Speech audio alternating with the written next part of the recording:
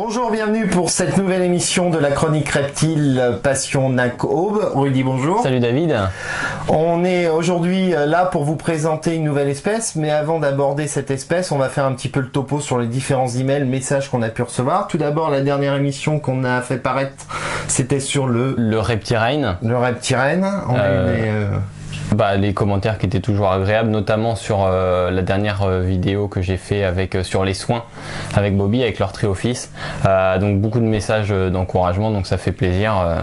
Avec David, ça nous fait plaisir, ça nous donne l'envie de continuer, donc merci beaucoup de nous soutenir. Surtout qu'on a fait un peu le topo entre la chaîne de Rudy et la mienne, on est à plus de 370 abonnés, donc ça fait plaisir et ça nous encourage à aller vers l'avant et à trouver des nouvelles espèces. On a déjà quelques idées, on a déjà toutes les espèces qu'on a à l'heure actuelle à vous présenter, mais il y en aura d'autres que nous vous présenterons dans les futures émissions. Autre chose, on a une nouvelle conception d'émission qu'on vous a présentée dans le cadre du reptirène et puis des tortues, et puis on va intégrer petit à petit des nouvelles rubriques. Première nouvelle rubrique, des spectateurs, nos abonnés qui nous envoient des messages pour lesquels ils veulent qu'on aborde un sujet particulier. On a un message... Donc par rapport à l'association. J'ai un des abonnés, je lui avais promis on lui avait promis puisqu'il nous a contacté. Tout à fait. Photo de Sierre. Voilà, exactement. Alors je vais vous lire son message. Donc en fait, il a le projet de créer un refuge pour les NAC. Donc lui, il est en Haute-Garonne à Toulouse. Et donc pour créer ce refuge, j'ai besoin d'une équipe sérieuse et de beaucoup de gens, et notamment un minimum de membres détenant CDC pour NAC. Voilà, donc si des personnes sont dans le secteur de Toulouse, qui soient capacitaires et qui ont l'envie de développer ou d'aider cette personne pour la création d'un refuge, envoyez-nous soit par David, soit par moi sur les pages Facebook, et puis on vous mettra en relation avec cette personne. Tout à fait, c'est déjà une chose. Donc si vous souhaitez qu'on communique sur nos chaînes, sur vos projets, vos envies, vos recherches, etc., il n'y a pas de problème. Nous également, on est toujours à la recherche d'un capacitaire sur la Macrochelys teminki et sur la Chelydra serpentina. On est également à la recherche d'un propriétaire de Python curtus. Ouais. Qui est un peu difficile à trouver et que j'ai pas cette espèce, donc le but nous aussi dans les vidéos, c'est de vraiment s'entraider et partager, hein. C'est pas le but de celui qui aura le plus d'abonnés Tout à fait. Entre les chaînes de reptiles, non, c'est le but, c'est que tout le monde s'entraide et que d'ailleurs, en parlant d'entraide, il y a eu une chaîne reptile qui parle souvent de toi, qui a été remise sur Facebook, c'est Snake Reptile, que je vois souvent, qui a fait encore une vidéo dernièrement. Lui, c'est tous les vendredis. Voilà, le but, c'est vraiment de partager, de s'entraider, en fait, tout simplement. Tout à fait. Et puis, de l'autre côté, si vous avez des questions plus précises, qu'on appelle plus communément la foire aux questions, n'hésitez pas également à nous les envoyer en utilisant les différents moyens, réseaux sociaux, comme on l'indique, les pages Facebook, etc. Il y a ce qu'il faut pour communiquer. On traitera de ces questions-là sans aucun problème, quitte à faire appel à des spécialistes ou à téléphoner à l'ONCFS ou à la DDCSPP. Voilà. Autre chose à rajouter, Rudy ? Il y a le petit projet qu'on avait parlé du direct en soir qu'on voulait faire sur une chaîne Twitch. Tu sais, Twitch ou on est en train de regarder, on avait un peu le projet de faire une soirée, donner une certaine heure et puis de poser des questions directement en live et qu'on y réponde, mais ça faut encore qu'on travaille un peu dessus. D'un point de vue technique, c'est un peu compliqué. C'est pas évident. Donc ça serait pas mal également. On en reparlera de ce projet-là, Ce serait pas mal également qu'on présente un petit peu les installations qu'on met en place pour nos émissions. L'investissement qu'on fait petit à petit, surtout toi. C'est pas mal. D'ailleurs, en parlant de ça, on va vous présenter un nouveau produit qu'on a acheté mais qui est pas en place pour le moment, pour vous donner attendez, j'en mets un petit peu partout pour donner un petit peu plus de peps et d'énergie à nos émissions et présenter les espèces, quelque chose de sympa. On a commandé ça, il faut qu'on se plonge dedans. C'est un fond vert, de manière à ce qu'on puisse qu'est-ce qu'on peut faire avec ça? S'éclater un peu plus, jouer un peu plus les télévisions reptiles, des choses comme ça. Donc c'est une chose qu'on va faire. Et puis pour l'instant, on va parler de... J'aime bien comment tu dis. Quelle espèce on va parler? Dendrobat. En fait, il y avait le livre, j'allais le montrer. La dendrobat. Écoute, on commence. Il est comme ça, Rudy. Tu prévois quelque chose. La dernière fois sur les tortues, il m'a embarqué vers la législation. Et puis cette fois-ci, il veut qu'on parle d'abord des livres. Ce qu'on va vous présenter, c'est les ouvrages qui qui ont été utilisés, on se détend, pour préparer cette émission sur les dendrobats. Sur les dendrobats, j'adore. Je te laisse présenter alors. Alors, donc c'est un ouvrage de Guy Terrario, les dendrobats, et puis il coûte pas en plus excessivement cher, il est à 14,90 €. Le chez Artemis. C'est un bouquin qui est assez complet. C'est une collection de toute façon. Ouais. Et puis moi ce que j'aime bien, c'est Charles Delvaux qui fait pas mal de différents guides d'élevage, de choses comme ça. Et pareil, élevage des dendrobats. Adelphobat et puis enfin etc., qui a été utilisé également pour préparer cette petite émission sur les dendrobats. Les dendrobats qu'on va aborder tout de suite. Donc les dendrobats, Rudy, tu connais les dendrobats? C'est plus toi l'expert. C'est plus moi l'expert. Car j'ai pas ces espèces, donc c'est plus toi qui va nous en parler. Les dendrobats, j'ai mes petites notes, je suis désolé, pour essayer d'éviter, enfin surtout d'éviter d'oublier certaines choses comme pour les tortues, où on n'a pas pu aborder la reproduction, l'hibernation. Après c'est vrai aussi que si on veut vraiment entrer dans le détail, c'est plus des émissions d'1 heure et demie, 2 heures qu'il faut faire. C'est tellement complexe. Voilà, après nous on fait surtout des grandes lignes, et puis après si vous avez des questions comme vous faites souvent sur YouTube, là où on rentre plus dans le détail quand il y a des questions. Quoi. Tout à fait. Dendrobat, alors je vais pas vous faire la classification entière, c'est le genre dendrobat, et il existe 5 espèces dans les dendrobats. Tout d'abord, Dendrobat auratus. Vous en avez des vertes, des bleus également, différentes couleurs. Ces Dendrobat auratus viennent surtout du Nicaragua, Costa Rica, Panama. On a également les Dendrobat locamelas, qu'on trouve plus facilement en foire, expo, dans les animaleries, qui viennent de Colombie, Venezuela. Les Dendrobat nubeculosus, j'avoue que je connaissais pas avant de travailler sur cette émission, qui viennent de Guyane. Guyane, on va y revenir à la législation. Dendrobat tinctorius, qui viennent également de Guyane, on va en reparler dans la législation, Suriname, Brésil, et enfin les Dendrobat truncatus, qui viennent de Colombie. Est-ce que tu sais qu'est-ce qui fait que ces dendrobats sont connus, et sous quel nom elles sont souvent connues, ces dendrobats? Eh ben non, pas vraiment. C'est vrai que celles qu'on entend le plus, c'est les Leucomelas et les Auratus. Je pense que c'est ce qu'on trouve le plus. Tout à fait. Je pense. Le plus commun. Les dendrobats sont souvent appelés poison frogs ou poison dark frogs. C'est-à-dire que c'est ce qu'on voit des fois à la télévision lorsqu'ils font des émissions un petit peu à l'aventure, ou dans les films, on voit les indigènes du coin prendre avec les fléchettes sur là, etc. C'est l'espèce, c'est l'animal, je crois, le plus toxique au monde en fait. C'est l'animal qui est considéré le plus toxique au monde dans son univers, dans son biotope naturel, puisque elle fabrique ce qu'on appelle de la batrochotoxine sécrétée par la peau. C'est-à-dire que c'est cette toxine qui va être dangereuse pour l'être humain, surtout s'il y a une plaie, une ouverture, etc. Elles ne sont pas soumises à l'arrêté du 21 novembre 97, ces fameuses dendrobats, pour la simple et bonne raison qu'elles sont toxiques dans leur biotope naturel. C'est lié à l'alimentation. À l'alimentation, tout à fait. C'est lié aux fourmis qu'elles trouvent sur place, et c'est ces fourmis-là qui leur permettent de produire cette substance toxique pour l'être humain. Donc ces dendrobates-là, il y en a d'autres qui sont soumises dans la famille des Dendrobatinae, donc c'est encore au-dessus, qui sont soumis à l'arrêté du 21 novembre 97 sur les espèces dangereuses, qui sont les phylobates. Mais bon, là, on est concentré sur les dendrobates, on va pas aller plus loin. Les dendrobates, le petit, on va passer rapidement sur la législation, mais c'est nécessaire. Je sais que des fois c'est un petit peu ennuyeux, mais je suis désolé, il est important de respecter la législation. Annexe 2B. Donc annexe 2B, c'est pas nécessaire d'avoir CDC, AOE, mais il va y avoir un autre arrêté qui va rentrer en ligne de compte.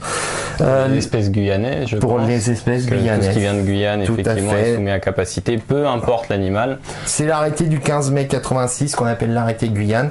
Donc étant donné que les dendrobates nubeculosus et les dendrobates truncatus viennent de Guyane, elles sont soumises au CDC et AOE. Dès le première espèce, vous devez automatiquement avoir un CDC, enfin le CDC et l'AOE pour accueillir ce type de dendrobat. De toute façon, dès qu'on entend le mot Guyane, faut pas chercher plus loin. Faut pas chercher plus loin, ça CDC, AOE, obligatoire. Et puis, au niveau de l'arrêté du 10 août, enfin des arrêtés du 10 août 2004, elles sont soumises à CDCAE dès lors où ça dépasse 40 spécimens dans votre oui, donc salle d'élevage. Quand on commence à faire de l'élevage, je pense, ouais, à 40 souvent. Sachant que les juvéniles ne comptent pas dedans. Donc ça, c'est une première chose qu'on peut dire sur les dendrobates. Description, comme d'habitude, on va intégrer des images. Des images d'un peu plus près de les dendrobates qui sont belles mais fragiles apparemment quand même. Belles et fragiles, ouais, c'est clair que ce sont des animaux qui sont pas manipulables déjà, il faut vraiment en avoir conscience, il faut éviter. Elles sont soumises au stress très facilement. C'est une des pathologies que l'on rencontre fréquemment chez les juvéniles. Elles vont avoir une capacité, une tolérance au stress qui est assez bas, et ce qui va entraîner une dégénérescence de la grenouille puisque ça les affaiblit. Elles développent des bactéries et au final elles décèdent, et elles entraînent même les décès dans l'ensemble du terrarium. J'ai vécu ça sur les dendrobates azureus, ça fait mal. Donc surtout si vous achetez des dendrobates juvéniles, terrarium de quarantaine, j'incite même à attendre bien qu'elles soient lancées et qu'il n'y ait pas de souci de ce côté-là avant de les intégrer dans le terrarium classique. Surtout, je pense à un terrarium qui tourne déjà depuis quelques temps. Les paramètres, parce que comme tu dis, c'est assez fragile, je pense que les paramètres, il faut vraiment que ça soit nickel avant que les espèces arrivent, parce que c'est pas comme de la Litoria, comme la rainette de White, c'est pas aussi résistant. Ça peut, non, ça peut très facilement, vous pouvez perdre. Moi, j'ai perdu 4 azureus comme ça. Au début, ça fait 4-5 ans que je les maintiens. Au début, j'avais fait l'erreur en rentrant d'Arras de les mettre directement. Et puis, ça a été l'hécatombe. Ce serait pas vraiment une espèce pour débutants en fait. Non. Vaut mieux commencer avec déjà de l'amphibien un peu plus costaud. C'est vrai que le désertique, au départ, c'est ce qui est le plus simple parce que vous gérez uniquement la température. Dès lors où vous intégrez déjà l'hygrométrie, tout ça. L'hygrométrie, ça pose problème. Et si derrière vous avez à gérer le stress, etc., c'est préférable. Donc justement, ces dendrobates qui mesurent entre 3 et 4,5 cm, sachant que la femelle est plus grande. Puis il y a au niveau des papates, mais j'ai oublié de regarder le nom exact, qu'on peut sexer. Il y a aussi, je crois, excuse-moi, je t'interromps, il me semble, je suis pas sûr, je crois que sur les dendrobates aussi, il y a la forme du dos, je crois, qui est plus arrondie chez la femelle et un peu plus... Exact. Un peu plus costaud. Pas dendrobate, mais quand même. Monsieur Rudy qui dit qu'il n'est pas dendrobate, qu'il n'est pas amphibien, mais c'est exact. J'ai vu ça, je crois que c'est la femelle qui a le dos un peu plus carré, un peu plus... Enfin, on voit plus la cambrure. Comme quoi, il bosse. Il bosse. J'essaye, parce que sinon... Dendrobate. Dendrobate. Tropical, désertique. Tropical, dendrobate. Donc hygrométrie, comme on parle de tropical, température hygrométrie. Température hygrométrie 21-26 degrés. Alors il y en a certains qui vous expliqueront que l'Oratus c'était telle température, l'Azureus c'était telle température. Moi ça fait 5 ans que je maintiens mes dendrobates, que ça soit Oratus, Azureus ou Locomelas, 21-26 degrés. Sachant qu'au-dessus la chaleur est mal tolérée par ces dendrobates, c'est pour ça que dans le sud de la France, certains éleveurs de dendrobates sont obligés soit de les mettre vraiment dans le sous-sol, soit ils mettent même une ventilation sur le terrarium pour faire baisser la température lorsque ça monte trop haut dans ces régions chaudes. Nous dans l'Aube on n'est pas trop embêtés de ce côté-là. 80 à 90% d'hygrométrie.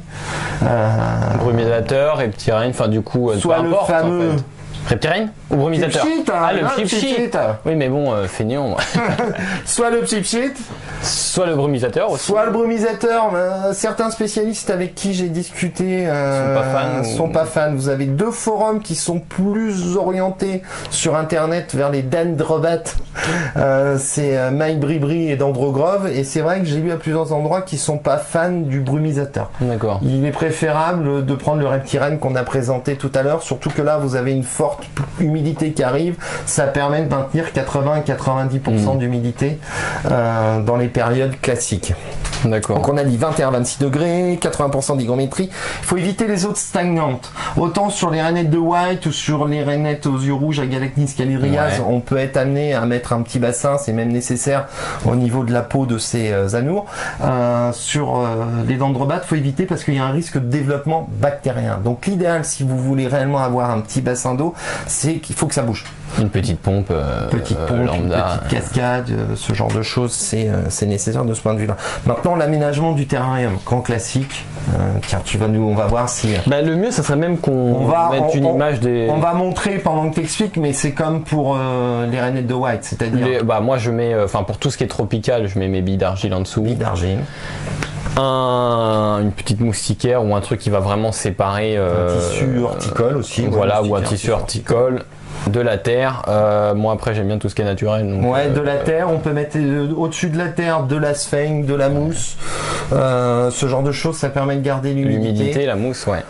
Et puis un côté esthétique aussi. Voilà, un côté esthétique. Après, il est préférable, comme le dit Rudy, de mettre des vraies plantes. Oxygène, tout ça en plus. Oxygène, ça permet d'auto-nettoyer plus ou moins le terrarium. Et puis surtout au niveau de l'alimentation que je vais développer, ne m'emmène pas sur l'alimentation. Pas tout de suite. Je te vois venir. J'attends. Donc des plantes naturelles, on mettra la liste sur la description de la vidéo sur YouTube, la liste des plantes naturelles que j'ai retrouvées d'ailleurs dans le livre de Charles Delvaux. Et puis des lianes, ça aime bien grimper. Je me retourne, je regarde le terrarium qui est derrière moi, des cachettes. Surtout la perle de coco, c'est important parce que c'est moi qui vais faire une digression. Si vous mettez des colamboles, ça peut permettre de lancer et qui trouve tout seul à l'intérieur du terrarium la nourriture. Et puis la sphaigne, ça permet de garder l'humidité plus longtemps. Donc de ce point de vue-là, c'est assez pratique. Après la gestion de l'humidité, certaines personnes vont bloquer le dessus. Moi, je suis pas fan. Je préfère à la limite mettre un thermostat hygrostat qui va gérer tout en même temps, parce que le souci, c'est que s'il y a une mauvaise ventilation, j'aime pas trop.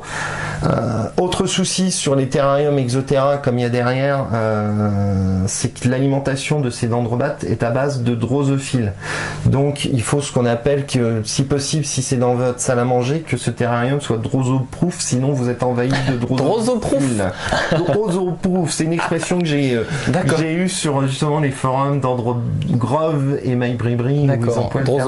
Drosoproof. Et vous trouverez d'ailleurs sur ces forums comment rendre le terrarium Exoterra drosoproof. À balancer à l'académie pour le Larousse 2016. On va rentrer dans le Larousse. Et puis il peut également se poser, ça c'est par expérience, ça m'est déjà arrivé, si ça nécessite une forte humidité, un terrarium de dendrobates 80-90%, vous allez pchiter le pchit qui serait ou le pchit classique régulièrement dedans. Donc vous pouvez avoir l'eau qui va stagner au niveau des billes d'argile, qui va dépasser la terre, et vous risquez d'avoir une inondation. Donc il y a certains qui prévoient un petit système pour purger le dessous. Une sorte de trop-plein. Etc. Avec un forêt diamant, je crois que ça s'appelle, et puis un petit bouchon. Ou sinon, il y en a qui mettent carrément un petit bouchon, un haut de bouteille en plastique dans les billes. J'aurais dû prendre un haut. Bouteille en plastique, les billes d'argile, la moustiquaire, la terre, et un bouchon. Ce qui permet, quand vous voulez purger, vous dévissez simplement là et vous avez accès directement dedans. Donc il y a différents systèmes. Après, il y a des terrariums plus sophistiqués, plus chers, qui sont mieux faits, qui permettent de gérer de ce point de vue-là le terrarium. Voilà ce qu'on peut dire déjà sur le terrarium. T'as des questions, Rudy ? Oui, comme on parle de terrarium, du coup, quelle taille ? Si on prend, est-ce que les dendros, ça vit aussi bien tout seul que par groupe de 3-4 ? Combien on peut en mettre par terrarium ? Alors, la théorie, c'est que la dendrobate est territoriale. D'accord. Donc, normalement, mâle, femelle, un mâle, 3 femelles, etc. Il peut y avoir un peu de bagarre entre les femelles. C'est pour ça que si vous mettez un cycle d'eau, surtout la dendrobate, elle nage pas. Première chose. Deuxième chose, s'il y a bagarre entre deux femelles, elles se montent dessus et elles s'écrasent. Donc si ça se passe là où il y a de l'eau, il y a noyade. D'accord. Donc il faut pas qu'il y ait trop d'eau. Enfin, vous voyez, c'est pour ça que justement on disait que c'est un animal qu'il faut pas prendre d'entrée de jeu. Une espèce dans le terrarium. Moi, ce que j'utilise, c'est un terrarium 45 d'Exoterra, c'est ce que j'aime bien. J'ai eu jusqu'à 5 Leucomélas dans ce type de terrarium, avec pas mal de cachettes, avec pas mal de choses. Il n'y a pas eu de problème. C'est les plus anciennes qu'on a eu avec mon épouse. Excusez-moi, il y a une petite arachnide qui descend, qui descend. C'est sous CDC, ça ou pas? À voir. Parce que là, si on est sur du mégalomorphe. Je te rappelle qu'on n'a pas le droit de tuer les animaux. Hein. Je dis pas, regarde, je la remets dans la nature. Voilà. Tu la remets dans la nature. Enfin, notre nature artificielle. Ça marche, notre nature artificielle. On en était où? T'es spécialiste de me perturber. 45-45. 45-45, brumisateur, thermostat. Ah si, il y a une chose importante. Le chauffage. Comment est-ce que vous apportez la chaleur nécessaire à votre terrarium et à votre dendrobat? C'est-à-dire que dans la couche de billes d'argile, je mets un cordon chauffant.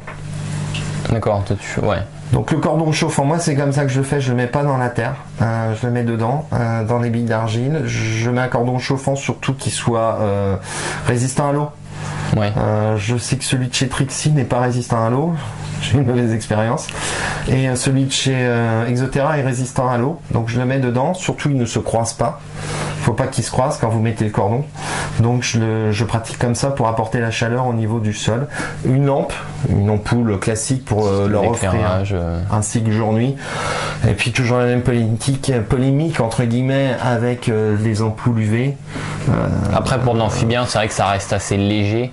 Du 2.0, autant mettre une ampoule classique. Surtout que c'est des espèces tropicales, donc les UV c'est toujours moins. Enfin dans la nature, ils prennent quand même moins d'UV qu'une espèce désertique. J'ai discuté avec quelqu'un, je crois, de l'association d'Androgrove à Arras la dernière fois, qui me disait qu'il est un éleveur depuis plusieurs dizaines d'années d'androbat, donc on est quand même amené à croire l'expérience que ce monsieur peut avoir par rapport à l'élevage des dendrobates. Il n'en met pas d'UV, donc ça sert à rien. Faut complémenter à la fois l'alimentation de vos proies et il faut complémenter systématiquement l'alimentation quand vous donnez à vos dendrobates avec la vitamine et puis avec le calcium. Encore une fois, je mets juste une précision pour ne pas avoir de commentaires. On ne dit pas que les UV sont inutiles. Parce que la dernière fois, j'ai parlé sur un forum, je me suis pris la tête pendant 2 heures. On ne dit pas que les UV sont inutiles. Bien sûr que les UV sont utiles. C'est les ampoules UV qui donnent rien, qui sont inutiles. Voilà, c'est celle de basse qualité que vous pourrez trouver malheureusement dans le commerce. Je ne citerai pas de marque, mais une ampoule UV que vous payez 10 €, voilà. Pardon. C'est nul. Ça sert limite strictement à rien. Donc voilà, on dit pas que c'est bien sûr que les UV sont utiles pour fixer le calcium et notamment pour la vision. Parce qu'il faut pas oublier que les reptiles ont besoin d'UV pour voir les couleurs. Sinon ils voient complètement terne. Voilà, donc oui. C'était la parenthèse. Les UV sont nécessaires, mais si vous mettez des ampoules qui donnent pas d'UV, ça sert à rien. C'était ça. De toute façon, il y a qu'à lire sur les boîtes. Hein. De toute façon, quand vous regardez par rapport sur la boîte, on va prendre le Exoterra ou Exoterra, je sais que c'est noté. Vous regardez derrière, à 10-15 cm, il y a zéro, il n'y a plus rien. Donc voilà, les UV sont nécessaires, mais de bonnes lampes à UV. Voilà, c'est important. C'était mon point, c'était mon coup de gueule du moment. T'as raison, c'est important. Et de toute manière, d'ailleurs, j'avais envie, moi, de créer une rubrique, la polémique. Et la rubrique coup de gueule, quoi. Rubrique coup de gueule ou la rubrique la polémique.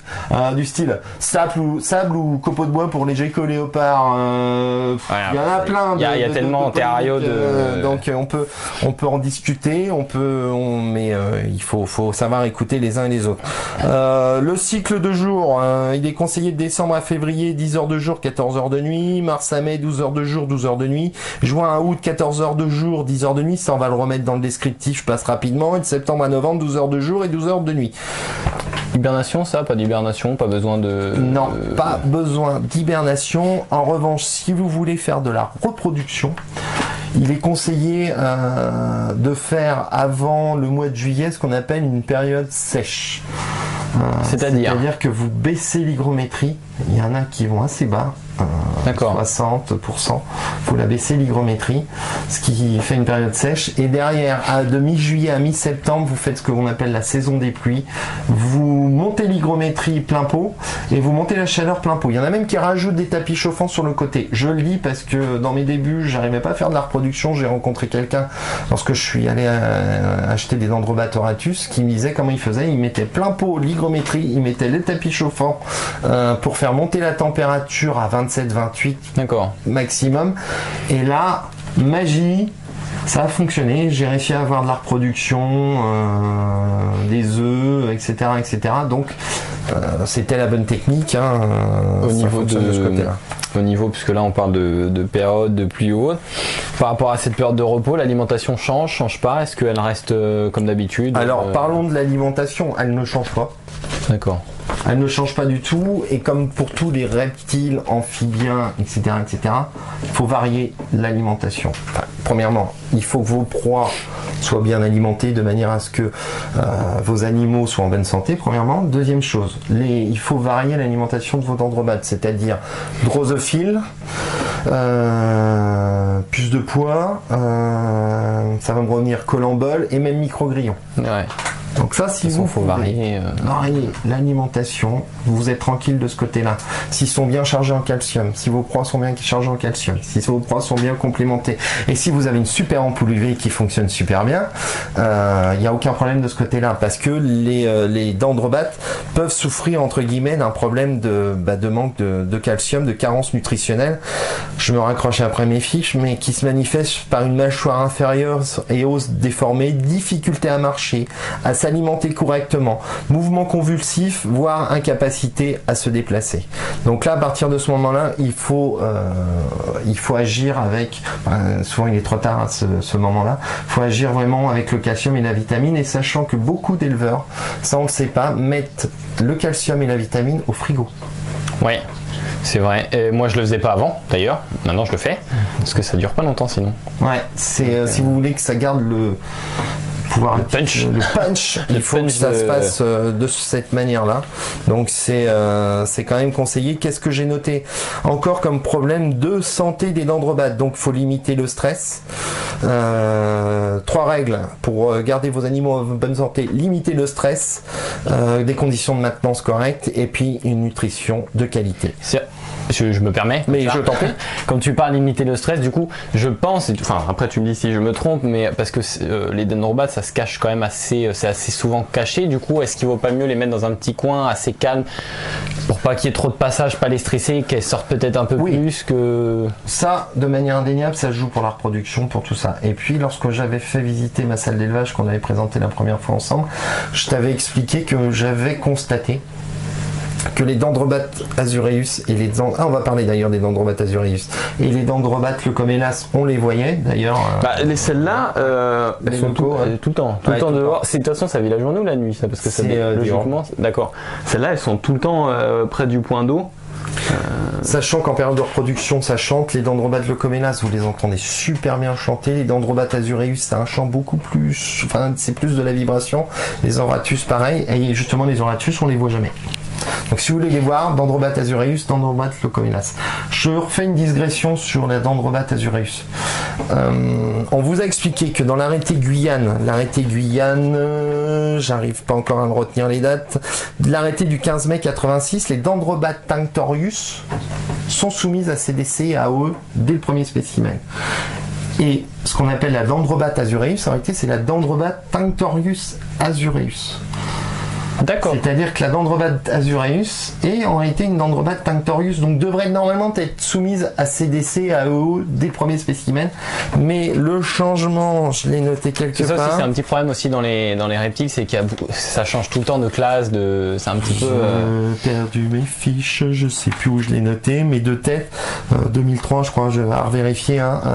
Ça a été rechangé au niveau international. L'azureus a été réintégré dans le genre. Dans l'espèce tinctorius, mais ça n'a pas été intégré dans la législation française. C'est pour ça qu'aujourd'hui en fait on peut en avoir. Donc c'est pour ça que pour l'instant, dans la législation française, on peut garder les dendrobates azureus comme spécimen sans avoir de CDC ou de ce genre de choses. Je vais juste revenir sur un tout petit point sur le nourrissage. Je t'en prie, fréquence de nourrissage, tous les jours, tous les 3 jours, Les juvéniles, c'est tous les jours. C'est d'où la difficulté que j'ai eu moi à maintenir certaines juvéniles. C'est tous les jours. Il faut, comment dirais-je, garder il faut nourrir les juvéniles avec des drosophiles. Et puis les adultes, il faut les nourrir 2-3 fois par semaine, à Arras, je discutais avec quelqu'un qui partait la semaine. Il les gavait bien avant de partir, il les gavait bien en rentrant. D'accord. Vous pouvez avoir une surcharge pondérale assez rapide pour vos dendrobates, mais c'est plus facile de gérer l'embonpoint que si vous avez une dendrobate qui est maigre, c'est plus difficile de la remonter. D'accord. D'un point de vue de son poids, c'est ce genre de difficulté qu'il peut y avoir. Après, on est loin de la Litoria. On est loin de la Litoria qui arrive. La mienne, elle est énorme, elle a des bourrelets partout et je crois qu'elle est un peu obèse, la pauvre, mais... Donc voilà, au niveau, je rejette un coup d'œil, il peut y avoir des rétentions d'eau. D'eau. La rétention d'eau. Rétention d'eau. Rétention d'œuf chez les femelles. Vous pouvez voir ça avec un gonflement, et dans ce cas-là, il est conseillé de monter rapidement l'hygrométrie, et si ça fonctionne pas, ça peut provenir d'une insuffisance rénale. Chez les juvéniles, il y a les problèmes de pattes d'allumettes qui sont liés à un développement trop rapide et à l'héritage génétique. Après, elles peuvent pas monter, elles peuvent pas grimper, etc. Faut savoir que la dendrobate, les différentes sortes d'espèces de dendrobates, elles sont normalement terrestres, et souvent elles vont se précipiter en hauteur quand il y a stress. Si vous ouvrez le terrarium, vous commencez à bouger des choses, etc. C'est ça aussi qui est important, c'est que dans le terrarium d'un gecko, d'un Chlamydosaurus kingi, vous pouvez bouger, réaménager votre terrarium, faire ce que vous voulez. À partir du moment où vous mettez la main dans le terrarium d'une dendrobate, si vous voulez replanter, couper, etc., il y a ce fameux problème du stress qui se pose, et ça monte directement. C'est d'où l'intérêt d'avoir peut-être un terrarium avec du relief, en fait, un peu de hauteur, profondeur, hauteur, etc.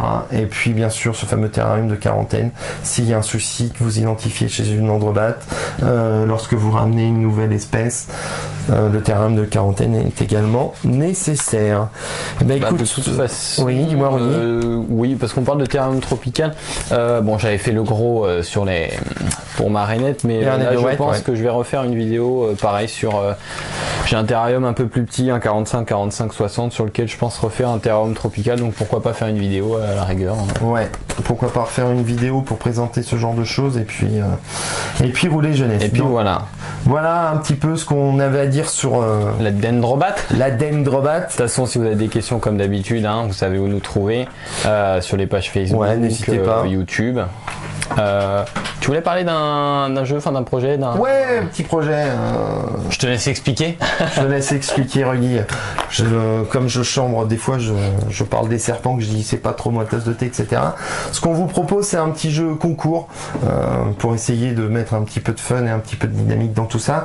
Sur la page Facebook Passion Nac Aube, on vous invite à aller poster les photos, une photo de vos animaux, de votre terrarium, de ce que vous voulez, de ce que représente pour vous la passion de la terrariophilie.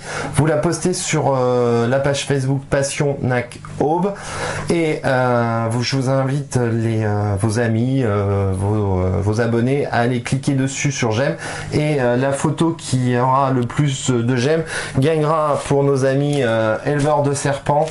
Ça s'appelle comment ça? Un crochet.